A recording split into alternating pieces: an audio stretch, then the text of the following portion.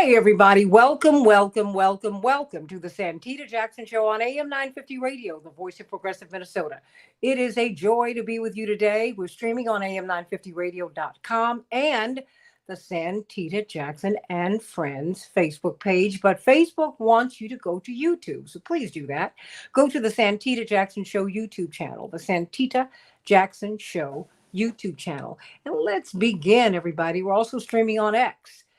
What are we talking about? We're talking about presidential politics in Chicago. We are getting ready for the Democratic Convention. I believe it's the 19th through the 21st. But before that convention, what will lead into that convention is the Rainbow Push International Conference. The 15th through the 18th, you don't want to miss it. There is an education component. There is a political component. You're going to have Bernie Sanders there, Senator Nina Turner there, Greg Palast, the famous documentarian. He's going to be bringing his movie, Vigilante. In fact, he has, T.O., a new 2024 edition where you're showing how people are being purged from the voter rolls.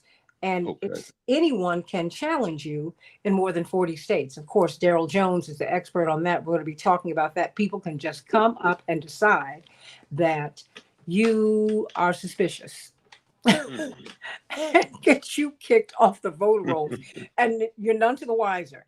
And it's happening all over the place. Well, he has a movie about it, and it's a fantastic movie. Daryl, I think you can attest to it. Jeanette, we had the version that was out about 2 or 3 years ago, just before the pandemic. Well, now he has updated it because it is ongoing, it is spread, and we're going to be talking with him about that. Indeed, he's an icon in that space. We're very excited. But we have a lot of folks. We have a gathering of women domestically, internationally, locally.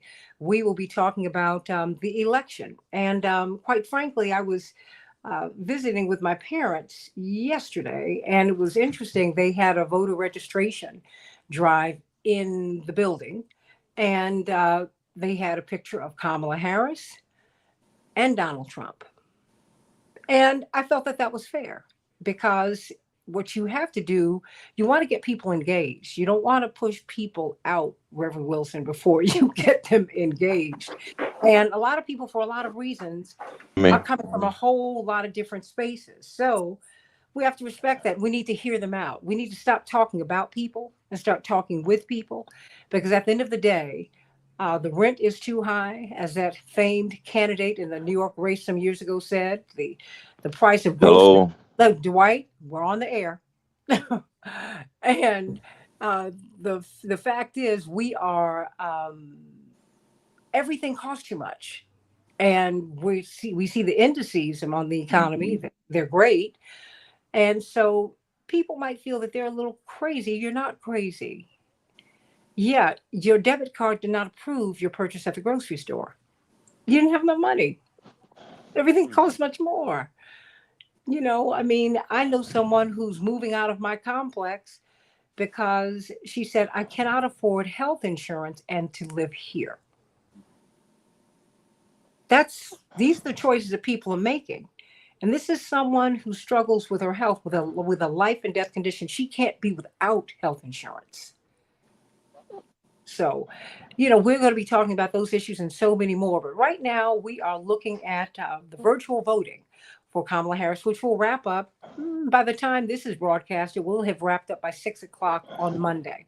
And she will be confirmed as a Democratic nominee. All of that will be settled before she gets to Chicago. But before that happens, after that happens, that's when you're going to find out who she's picked as the vice president. Does that matter to you?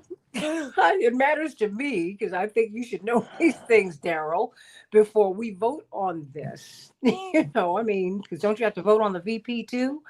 I mean, it's just there's a lot going on. And I realize, and Daryl will explain to us this Ohio case that kind of muddied the waters. But what's really muddying the waters is fighting for democracy when we don't have democratic processes.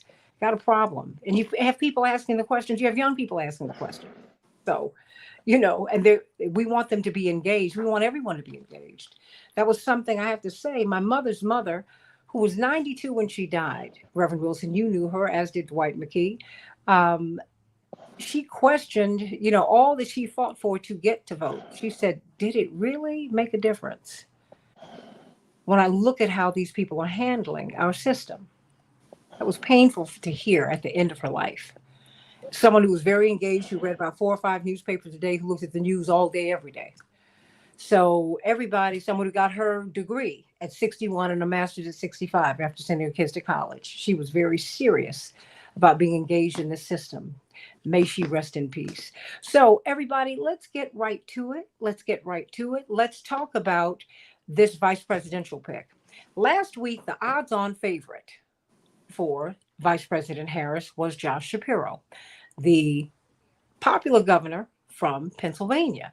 But a funny way happened on the way to the forum. Attorney Darrell Jones, chairman of the Transformative Justice Coalition, New Mount Pilgrim senior pastor, this brilliant missionary church here in Chicago, Missionary Baptist Church here in Chicago. They hosted Sonia Massey's family, you and Reverend Ira Ackrey and Reverend Sharpton. What a wonderful time we had last week. And it was painful to be there, but it was what a joyous occasion you made it. It was like it was a celebration of her life, celebration of her life. And Reverend Jeanette Wilson from Rainbow Push, the executive director of the Push Excel program. You know, I just want to know where we are, because now they're saying that Josh Shapiro's odds are not as strong as they were, Darrell Jones, because now you're seeing things that he wrote in his 20s. In which he said that it was the responsibility of Israelis to babysit Palestinians. Paternalistic, many people interpret it as racist. And he did it, interestingly enough, while he was a member of the Israeli Defense Force.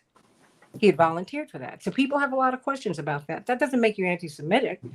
But if you're going to be the vice president of the United States and you served in another army, I think that people need to ask those questions. These are questions we need to ask, and we need to have them answered. Hello? Don't you think, everybody? You know, we got to get right down to it.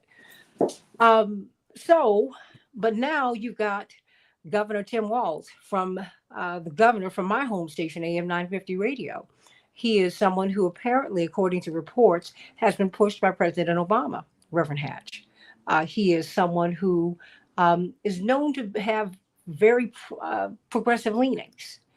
And he's able to get along with an Amy Klobuchar and an Ilhan Omar and a Keith Ellison and the right wing in the state, and on and on and on, because, you know, we're all where we live, it's a mix of everybody. And part of being a politician is about winning by addition, not by subtraction. You're trying to bring people in. You're not trying to push people away to your heart of it.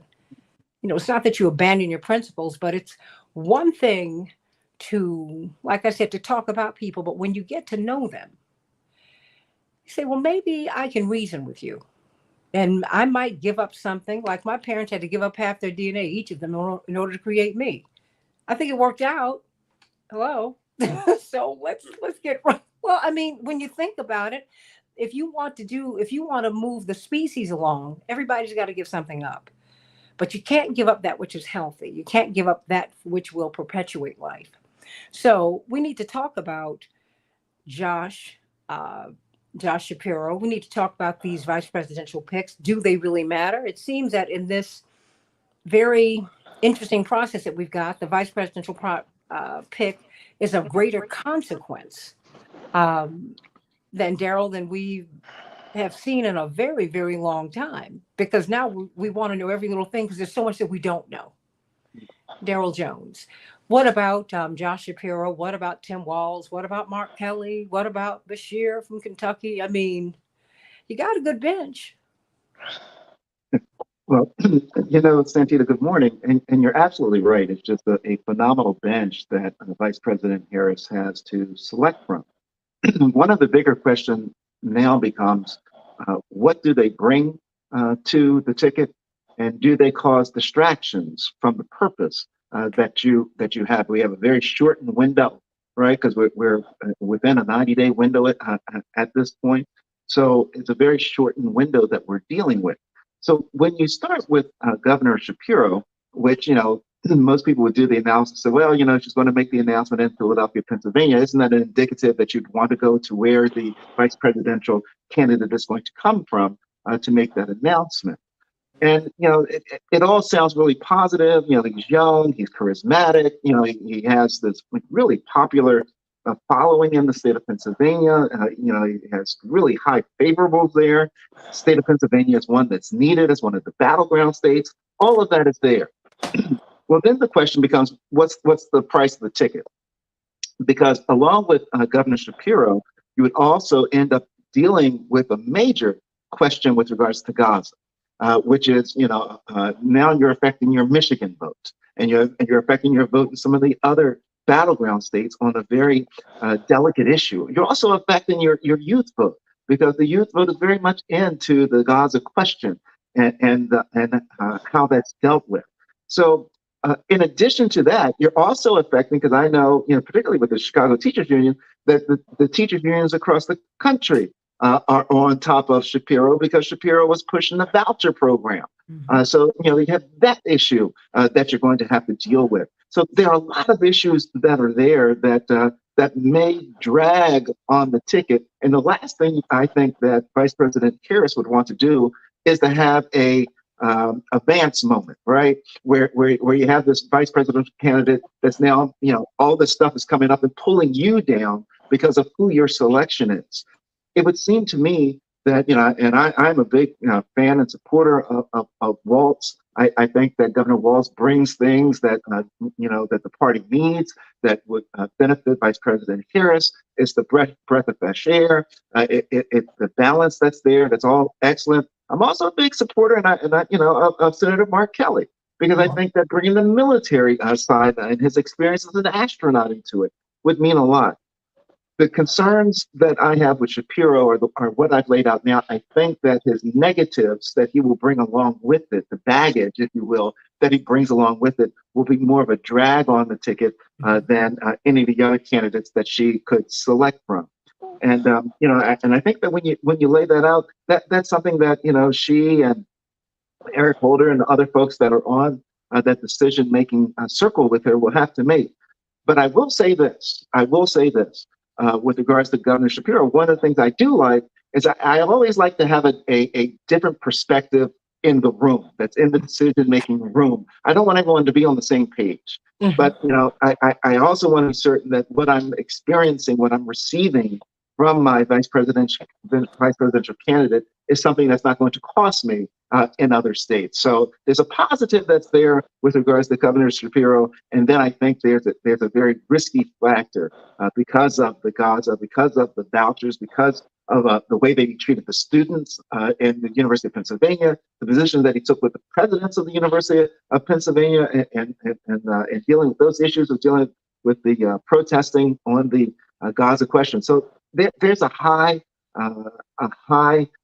cost to bringing him on, and a high risk to bringing him on. And there is some positive, however, that exists with regards to possibly winning Pennsylvania to bring him in.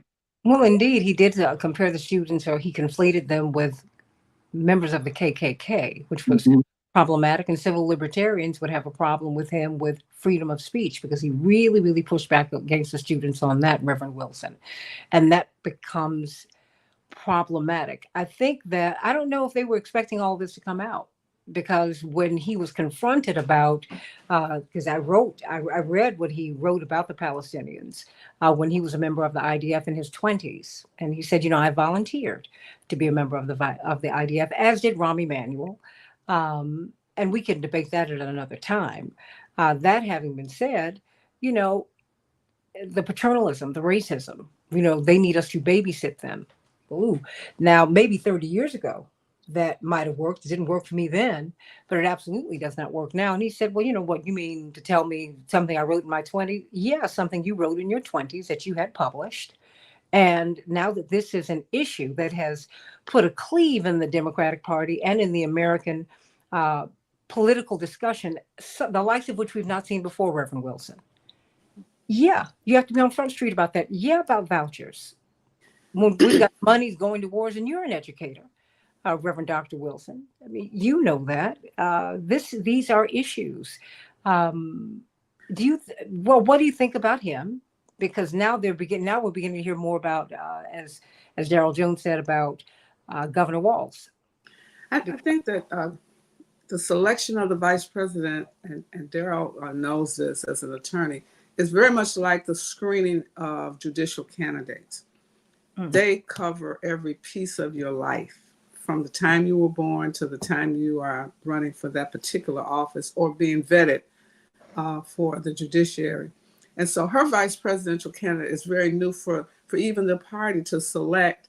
You have a woman as the presumptive nominee for president. So now, based on our society, she can't pick a woman successfully and win. So now she has to really look at which man across the country. She can't pick an African American. Well, now Kenneth Rush said, what about a black man? Why not? Well, no, she's not going to be able to pick an African American because even though Trump doesn't believe he thinks she just became African American, she has to eliminate that possibility. So she's in a very tense position. She has to have someone with a pretty sanitized background as it relates to race and civil rights issues. However, she has to have somebody, I think Daryl is correct, that's not on the same line as she is. She needs a balance of perspectives. And so it's a challenging opportunity. It would be nice to have someone from a progressive Jewish background, but I'm not sure that would fly either, given the tensions in this country.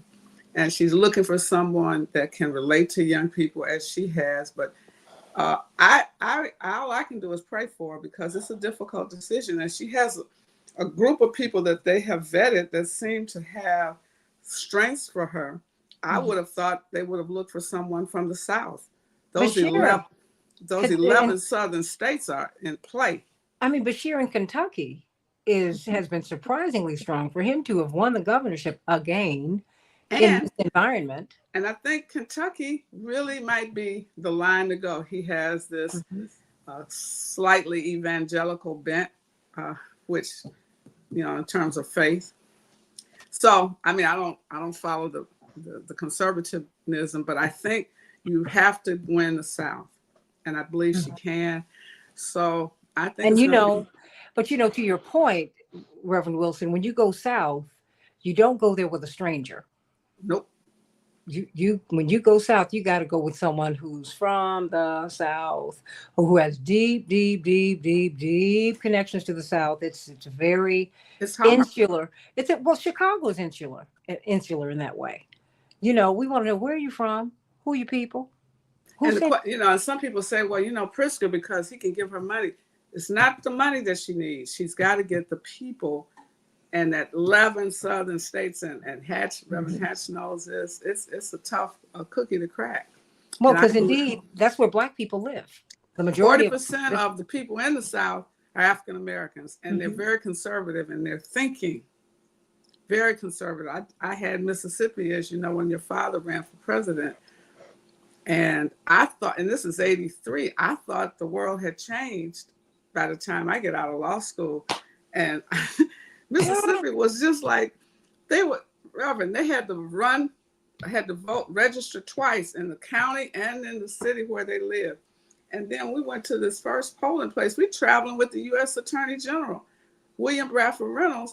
This guy is strapped with guns across his chest, telling the Black people, you know what to do. I was like, oh my God, Reverend, let's go home. This is serious down here. I mean, Jeanette, I remember going to a town. Reverend stood in the middle of this town square. It looked like straight out of the Dukes of Hazzard. Yes. And you had all of the police, the sheriffs, and their deputies lined up on one side of the town square, patting their guns. Yes. And the Black people were afraid to come out. And my father stood there in the middle of the town square. Well, I went in the middle with him. Yeah. But he go back to the side. I'm like, You're not going to stand. Whether you go, I go. I'm going. We're going. And we said, there's a freedom train coming. You got to register to ride. And they were patting the guns. Yes. But slowly but surely, Black people came out, and some white people came too, because I moved over to the side. I was with Mrs. Velma Wilson, one of our iconic members. I love Velma Wilson. Yeah. And may she rest in peace. And this woman said, well, is this the Negro who's running for president? We've been hearing about it. I said, yes. And Aunt Velma said, yes, ma'am, because she was from Mississippi. She's from Mississippi, yeah. And she said, yes, ma'am. And I just smiled and nodded. And she said, well, at least he's not a Jew. I thought I was going to go through the ground. No, because I had never heard anything that was so ugly. But, it's like, hope we can get out of here alive. Yeah. Well, because in that was Mississippi, they burned a church next door to where a black guy was running for county supervisor the first time. That's why I'm saying the South is really in play. It's a serious place. And as Santita said, you have to be from there and a part of them for them to even hear you.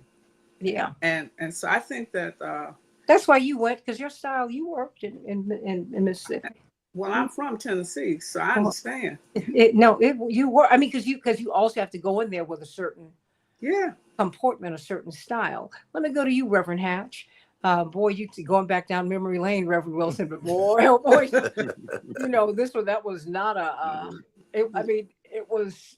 There was a lot of. It was scary. It was a lot of danger, and people really didn't expect the Reverend to survive the presidential run, because up to that point, black leaders of his stature were killed at 39. He was already 41. Yep. So we thought that we were living on borrowed time, and that's, and he was like, well, if he sat down with my brothers and my sister and I and said, if I go, I expect you to go on. But this is my parents at that point had to be forward with us and say, hey, this is what we are looking at. But this is what we are looking at. My father said, look, if I don't want you to be afraid of doing anything. And I've got to I want to do whatever I can to take the ceiling off of your ambitions. And so if this is a sacrifice, Daddy's willing to make it, and Daddy expects you to support your mother and to go on, finish school, and come out fighting. Yeah, he's a fearless guy. I used to get the death threat calls, Reverend Hatch. And when we were in Mississippi, you get these threats. And at that time, there had already been a shooting of a civil rights leader. He didn't die. You remember that, Vernon Jordan. So, the guy had been outside of our building casing the Operation Push then headquarters. Yeah. He stayed there a week trying to figure out how to plan to kill Reverend. Yeah. He was frustrated because he couldn't figure out how to escape. He went to his car and heard that Vernon Jordan was going to be in Indianapolis, and he got in his car, drove there, and shot him. We've come that close. Yeah. Down through the years. So, Reverend Hatch? Yeah, well, it's... Yeah, well, the vice presidential process is always intriguing. I think that Kamala Harris's team is probably going to settle on probably the number one sort of priority for vice presidential selection, and it is do no harm. And so, so the vetting process, is very helpful as we saw, Governor Shapiro emerge initially as the front runner. But if you use the principle of do no harm as sort of the North Star, then I think that the vetting process does what it's designed to do, and to find out what the strengths and the weaknesses are. And if the weaknesses, or if the candidate that they're looking at is perceived to, at some point, doing more harm than good, then I think that that's probably what is going to happen to Governor Shapiro at the end of the day. Well, Reverend Hatch, let me ask you this, because you're in a unique position. I mean, you pastor a big church.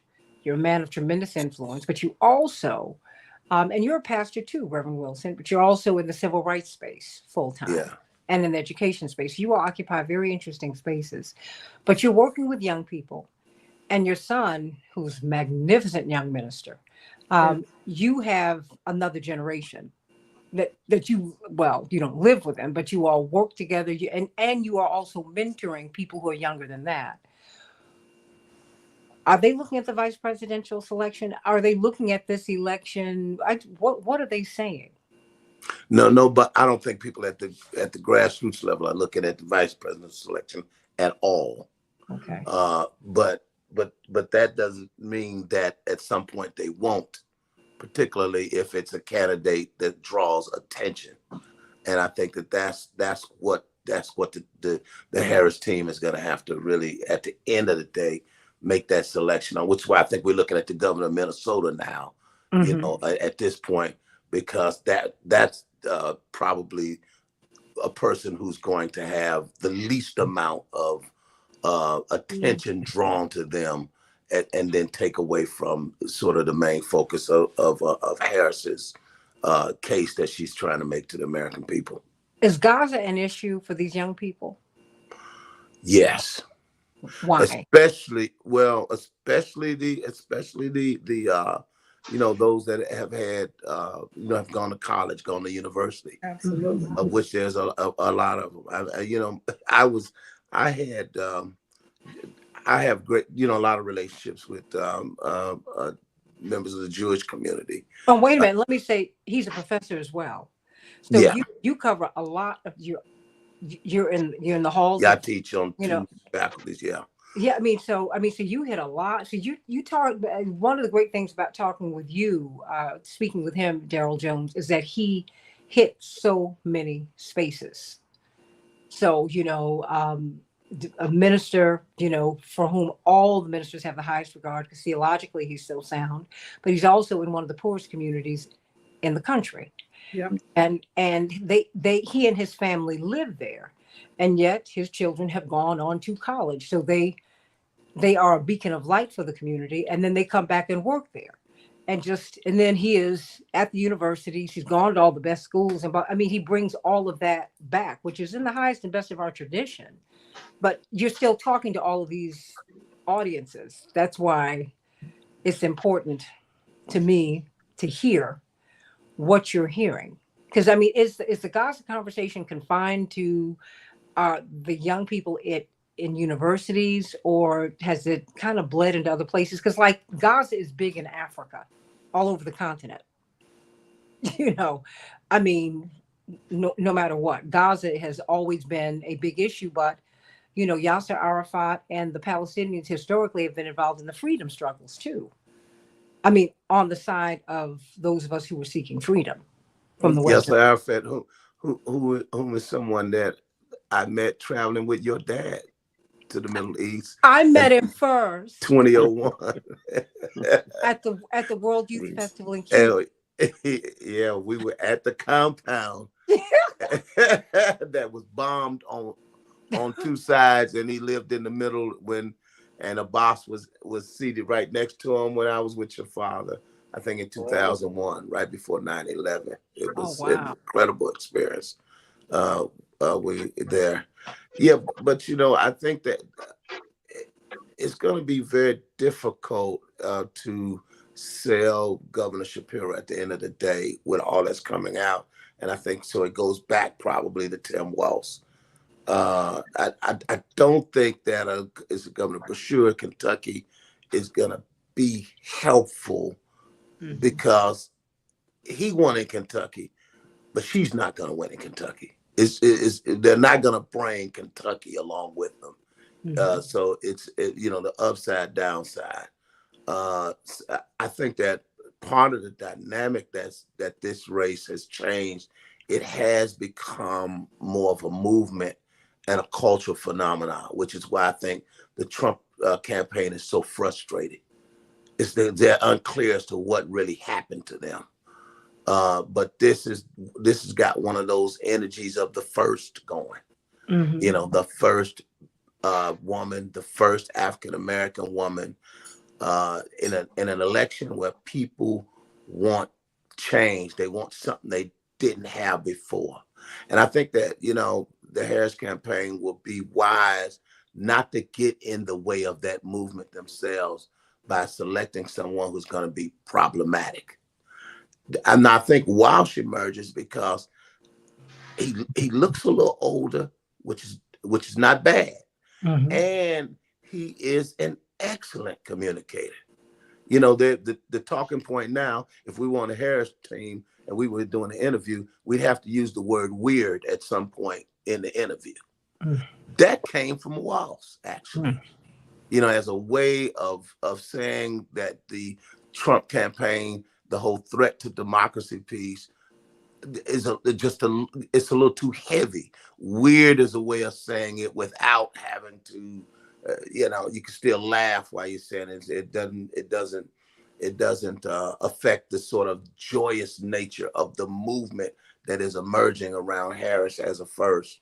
And so I don't know that the usual sort of calculations are in play, because they're not going to carry the South no matter who she puts on the ticket. Wow.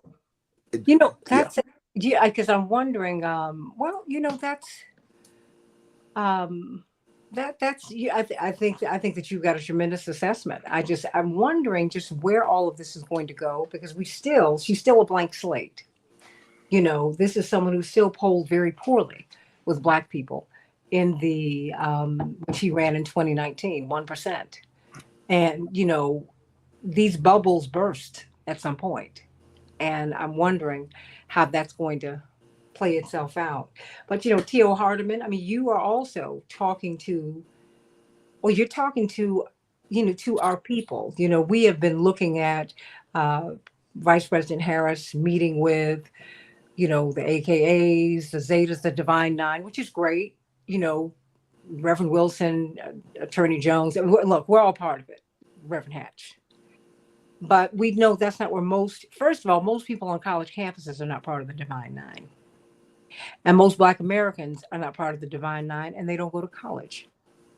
And I'm noticing as I talk to people that there's a different conversation that we're having, you know, beyond the, you know, homecoming and the alumni, you know, and they're totally legit, right? So, I mean, T.O. Hardeman, but you talk to everybody too, because you are in a lot of different spaces. So, T.O., tell me, I mean, what are you hearing? Because now we're like, 2 weeks in, we're a few days into her being the nominee. So now kind of the dust is settling. We're still excited, right? But right. Well, it's mainly what I'm getting hearing. real for us. What are you hearing? Yeah, what I'm hearing basically, and I definitely have to concur with Reverend Wilson here this morning, because I think the road to victory is going to come from the South. Right now, Donald Trump is up by 60% in North Carolina and Georgia, but over in Arizona as well. Okay, so we have to really think about somebody from the South to help get her over the finish line, in my opinion. And what I'm hearing from everybody, the Gaza situation is definitely impacting some of the young people throughout our nation right now. I attended a couple of rallies and I saw a whole lot of young college students present. But Kamala Harris, and I can say this, and you know, this might sound a little comical, but it's real. I'm a light-skinned brother. I still think America's dealing with the presidential race with a little colorism. You know, Barack Obama was a light-skinned brother. Kamala Harris is a lighter-skinned African-American woman, Jamaican descent and Indian descent. How about, you know, like a browner-skinned brother or sister running, or a darker-skinned brother or sister running for president? I think we still struggle with those type of images, you know, to a degree in America. I can say that. Well, no. Elaborate, because I think I can say it because I'm a light-skinned brother. Okay. Yeah, no. But you know what? I think that we can all have that conversation. Yes. Because that is a very real part. It's the real conversation, right? You know, I remember my mother saying, "Look, your father looks the way he looks, but I look the way I look." So Black people feel more comfortable with him because he's married to a woman who is phenotypically unmistakably Black. When my mother gets to West Africa, they go, boom, my sister. They see my father, they go, well, you know, but you know, Shapiro but I think that's a real issue, and I think I'm kind of hearing that conversation, Reverend Wilson. I want to stay with you, T.O. Hardeman. I don't want to run past that, because that's a subtextual conversation that's being had, right. T.O. I mean, that's why I brought it up this morning. But Shapiro might present a challenge for Kamala Harris. She has to be very, very careful in her selection, without a doubt, because she may be looked at as a distraction already herself in some sense or another. So the running mate would have to be almost a perfect selection, almost, because I could put it like this: if I have to worry about what I said 30 years ago, and it comes back to haunt me now, a guy like me could never run for president because I'm a real outspoken individual. They'll bring up all kinds of stuff, right? But the reality is that I believe that Donald Trump right now, this is my prediction. If Donald Trump begins to go down in the polls by like double digits or something, I believe he would actually step out of the race to save face. Because in my opinion, Donald Trump, it's all a game for Donald Trump. He already served as president once before. So, whether he wins or loses, it's a game for him. And I say this based on the way that he behaves and carries himself. But the road to victory for Kamala, in my opinion, would be the South. Someone has to emerge from the South, maybe someone that's not even on the short list right now, but I know they've narrowed it down. They've met with potential vice presidential running mates, but I can't really call it. Kelly might be the one though. Kelly, the guy Waltz, maybe I didn't pronounce the name properly there, but maybe one of those two guys. But you got to look at the Jewish, and I love all people, but you got to, Kamala's married to a Jewish man. Am I correct about that, Santita? Yeah. Yes, you are. Okay, then you're talking about having another Jewish person running as a potential vice president. All those factors will be looked at and judged by the populace when it comes down to to the election. So once again, I do also concur, on the fact that J.B. Pritzker brings the money bag, but does he bring? See, Illinois is already a blue state, so we have Illinois pretty much locked in. So to me, my contribution for this discussion would be the South. We have to focus on the South. That and colorism. And you also brought up something, got to give you credit for this, looking at Trump's strengths. Because while we're looking at these exciting rallies that she is having, the corporate media are not doing us any favors because they're not showing you how strong Trump is. Right. It's not like he took a massive hit when she was elevated as a nominee. He's still strong, y'all. And that doesn't make me a Trumper at all. You got to step back. Dwight McKee says, you're not the weatherman. What did you say you are, Dwight? Thermostat. Aside from the cough. Dwight, you there? Well, he said, I didn't bring the crowd. I didn't bring the clouds. I'm the weatherman telling you that they're there. It's going to rain. It's going to rain. So, I think, in making those observations, because people don't care about your religion, they care about power. Because all these are political issues, and we just need to stop playing these games. This is about power. Black people bring numbers and votes. That is what we bring. We bring enthusiasm, And I think that Tio Hardiman, you bring up a great point, because you gotta hit Black people, at a gut level. Exactly. And if we kind of feel some kind of way about you and color and hair and eye color and who you're with, who your partner is, your wife, what it is, all that makes us go, We have to take it into consideration because we're dealing with all kinds of perceptions and mindsets throughout America. But I do feel a Barack Obama moment with Kamala Harris. I do feel that in the air to a degree. If you look back at how Barack Obama began to become the rising star that he became to serve as our president twice, the same feeling is around Kamala's campaign. For right now, it really is. With the entertainer stepping up to the plate. And I must say this, before Kamala was selected, I put a post out on my LinkedIn saying that if the Democrats cannot find nobody, Denzel Washington should run for president because he has crossover appeal. He's a rock star type of guy. I know he's not interested, but I felt that Denzel could really communicate with everybody because he has, he's locked in with everybody pretty much. That was just my, opinion there.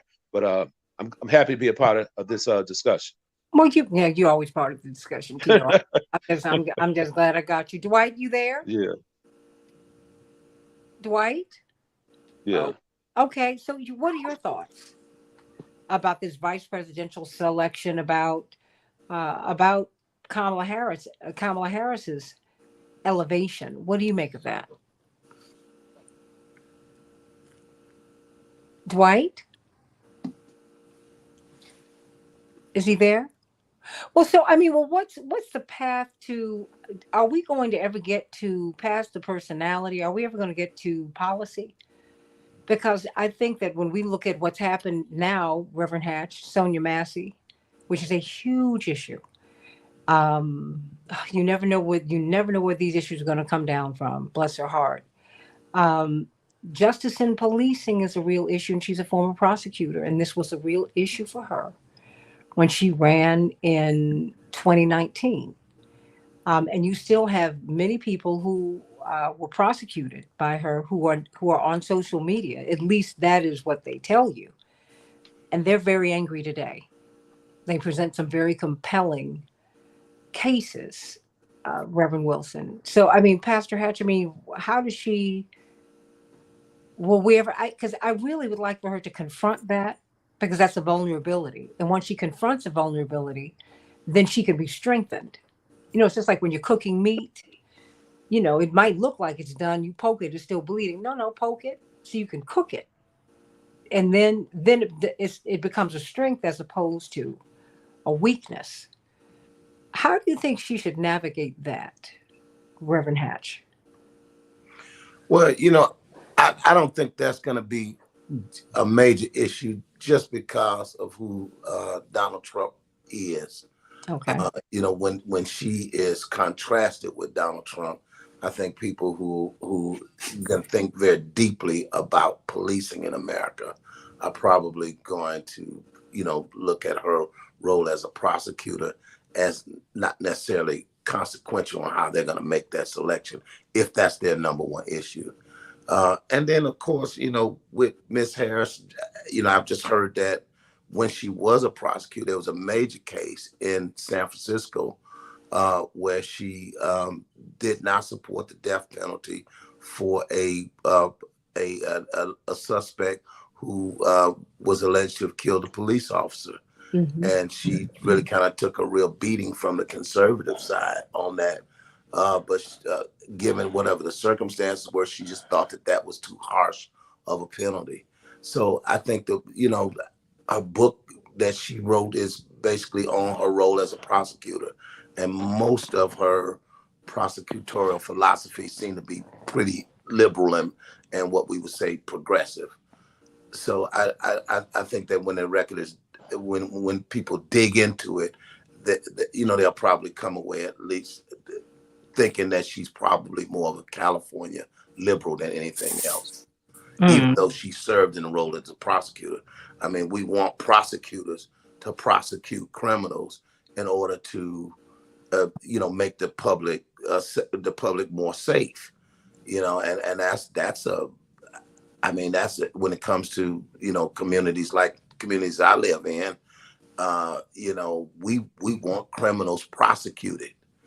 And we don't want them walking around, and we don't want a 20% clearance rate for murders, where you have an 80% chance of getting away with a murder. We want murderers prosecuted.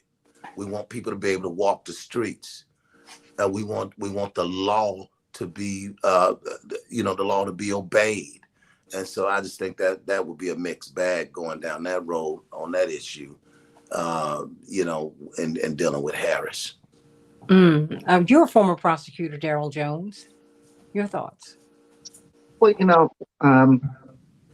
what Vice President Harris did as a prosecutor and as Attorney General is, and I think that Reverend Hatch put it correctly and accurately, that at that time it was considered progressive. She did set up programs where you had diversionary programs where people could have the opportunity, after they may have been convicted of a crime or charged with a crime, to go into other areas to seek help, assistance, rehabilitation, that type of thing. So to that degree, those things are there. I think that when you start to look at her prior record as a prosecutor, that it is one that merits a person that's balanced, right? So the attack, and I can recall myself as a prosecutor being attacked by the police officers because I wasn't pro-police enough. I was too much pro-community and believed that justice really should be balanced, that you shouldn't put your thumb on the scale or anything along those lines. And I think that Vice President Harris was very similar.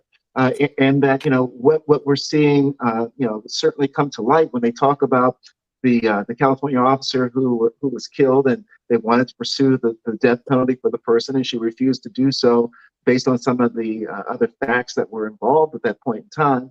Shows a balance. It shows a character. It shows integrity. And I think all of those issues that are there is what's going to carry her through. And interestingly, now as we sit and look at this, what was the first thing that the Democrats jumped on when Kamala Harris, when Vice President Harris became, certainly known as the nominee, and President Biden stepped aside? They wanted to see her what? Prosecute the case against Donald Trump.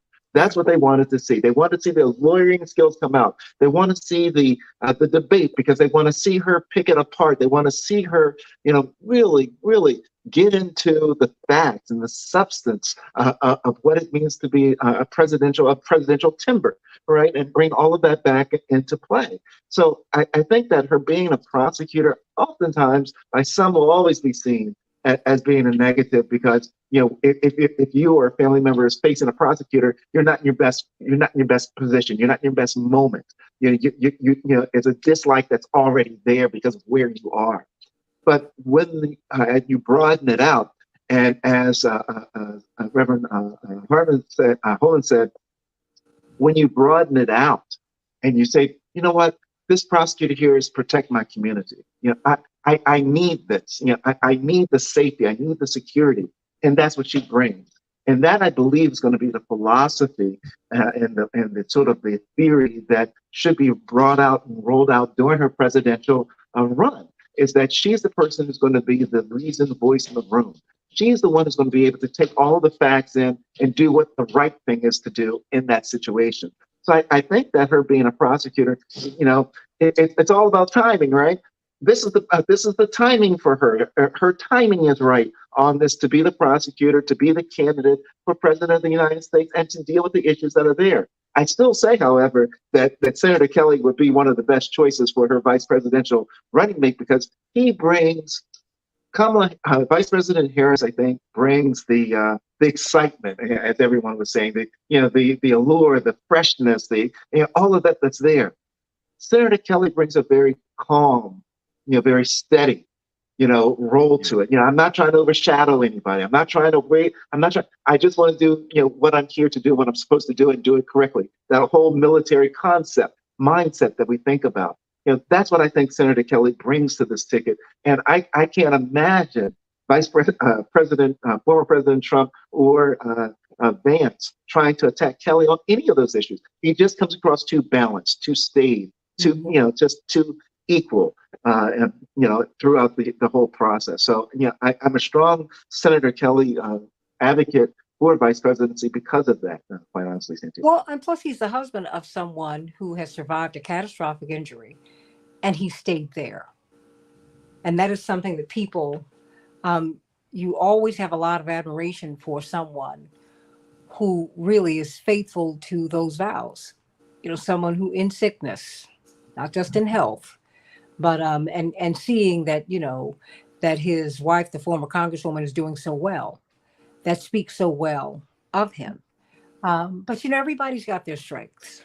I mean, including Josh Shapiro, he's got his strengths, but he does have his vulnerabilities. And I think that people should not be labeled anti-Semitic for pointing them out. It's just the sands have shifted on the Mideast question in a way that no one expected. And that's the way life works, T.O., because everybody, I'm going to wrap this up. The last 1 minute for you, T.O. Right. I just want to say that there's a vote that should not be overlooked. That's the ex-offender vote. Trump is gaining momentum in that particular community because you have millions and millions of guys and women that are off parole, they're off probation, they can vote nationwide, and we must take a look at the ex-offender vote. And Kamala Harris's track record, allegedly for right now, until we get all the facts in, she's not so in favor of ex-offenders based on what we see so far. That may change as we move forward, but we must not overlook. And I know I see your face there, brother Daryl. So I don't know a track record completely with the ex-offender population, but it's something to consider, right? And there's a difference between absolutely. Say it again. Yeah, no, absolutely. One of the big things that I do with Transformative Justice is we do voter restoration for returning citizens. And with Vice President Harris, one of the things that speaks volumes, I think, with regards to where she is she now is one of the star supporters of the Freedom to Vote Act. And part of the Freedom to Vote Act normalizes the process for those that have been formally convicted of felonies and had their voting rights impaired by the courts to have those voting rights restored. So she's a big supporter of the Freedom to Vote Act. I don't know where she was traditionally, but I know that as of the last year, that's why she certainly has a big supporter there. But but she's got issues in that space, as Tio is bringing out. Exactly. There you go.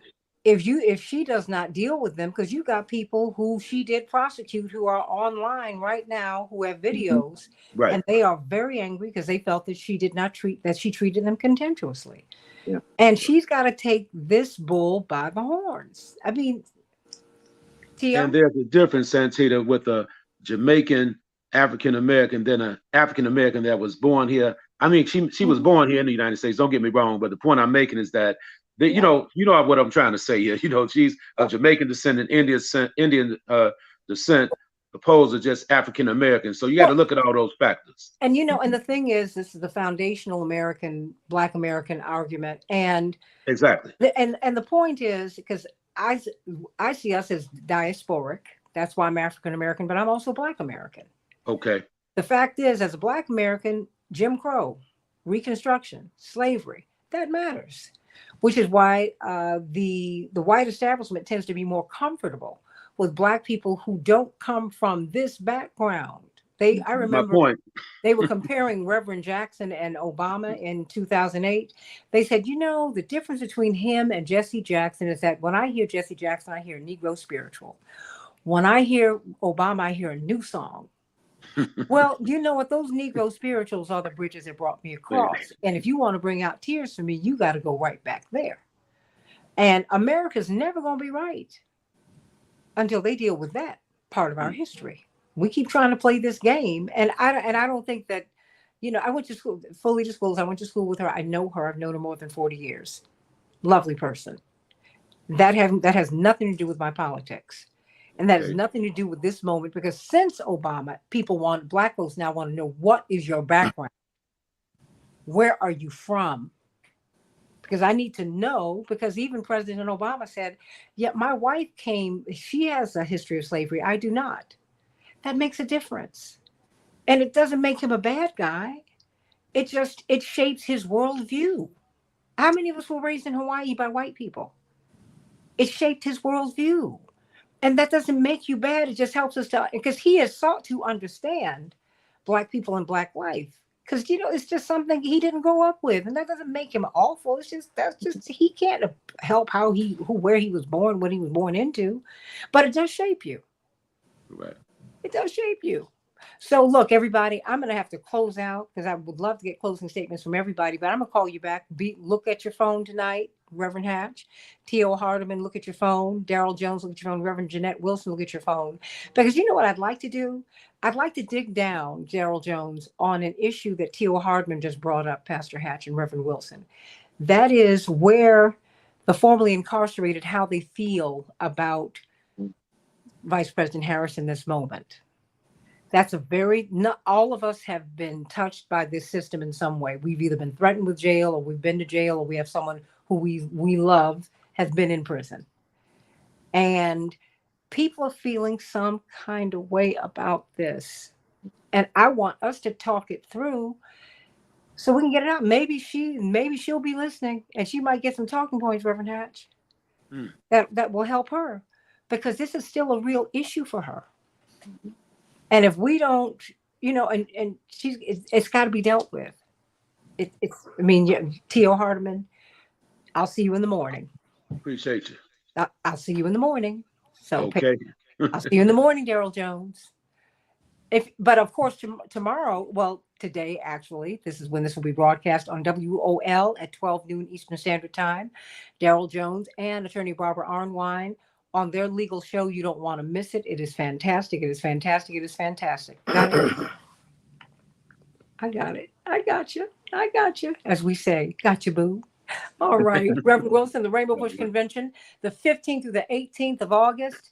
You got to be there at 930 50th Street. And Reverend Hatch is going to be speaking to clergy in Absolutely. public policy. And Bernie Sanders will be there. For Yeah. those of you who want to see Bernie Sanders, and Senator Nina Turner will be there. It's going to be great. And T.O. Hardman will be there. Yes. I'll be there for sure. Daryl And Jones, Daryl Jones will be there. Santita Love you Jackson all. will be there. I'm always there. Love you all. Second hour of the Santita Jackson Show in just a minute.